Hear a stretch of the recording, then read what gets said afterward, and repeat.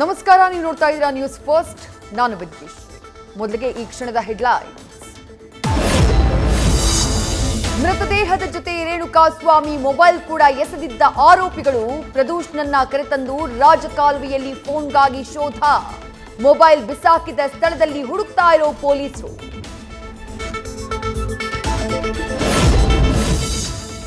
Stony ಬ್ರೂಕ್ನಲ್ಲಿ Darshan ಜೊತೆ ಇದ್ದ ಮತ್ತೊಬ್ಬ ನಟ ಚಿಕ್ಕಣ್ಣಗೆ ವಿಚಾರಣೆಗೆ ಹಾಜರಾಗೋಕೆ ಪಶ್ಚಿಮ ವಿಭಾಗ ಪೊಲೀಸರ ನೋಟಿಸ್.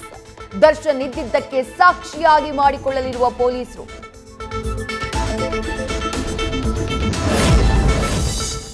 ಸಾರ್ವಜನಿಕ ವ್ಯಕ್ತಿಯ ವಿಚಾರಣೆ ಸಾರ್ವಜನಿಕವಾಗಿಯೇ ಆಗಬೇಕು. ಕೇಸ್ಗೆ ಸಂಬಂಧಿಸಿದ ವಿಡಿಯೋ ಸಾಕ್ಷಿಗಳನ್ನ ಕುಟುಂಬದ ಜೊತೆ ಹಂಚಿಕೊಳ್ಳಬೇಕು. ದರ್ಶನ್ ಕೇಸ್ ಬಗ್ಗೆ ನಟ ಉಪೇಂದ್ರ ಪೋಸ್ಟ್. ಮೆಜೆಸ್ಟಿಕ್ ಸಿನಿಮಾ ವೇಳೆ ತುಂಬಾ ವಿನಯದಿಂದ ಇದ್ದ, ಯಶಸ್ಸು ಕೆಟ್ಟ ಸಂಗಡಿಗರ ಸಹವಾಸದಿಂದ ಹಾಳಾದ. ದರ್ಶನ್ ಬದಲಾವಣೆ ಬಗ್ಗೆ ನಿರ್ಮಾಪಕ ಭಾಮಾ ಹರೀಶ್ ಪ್ರತಿಕ್ರಿಯೆ.